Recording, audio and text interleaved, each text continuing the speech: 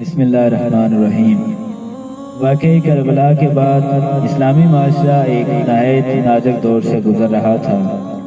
ایسے حالات میں امام زین العابدین علیہ السلام نے دین کی تعلیم کو زندہ رکھنے کے لیے ایک منفرد انداز اختیار کیا۔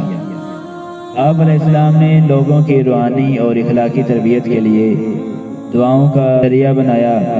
بعد میں یہی دعائیں صحیفہ سجادیہ کی صورت میں محفوظ ہوئیں، جسے محبت سے زبور آل محمد بھی کہا جاتا ہے۔ صحیفہ سجادیہ صرف دعاؤں کی کتاب نہیں، بلکہ اس میں اللہ کی معرفت، شکر، صبر، توبہ، اخلاق، والدین کے حقوق، ہمسایوں کے حقوق، معاشرتی ذمہ داریوں اور انسان کی اصلاح کے عظیم اسباق موجود ہیں۔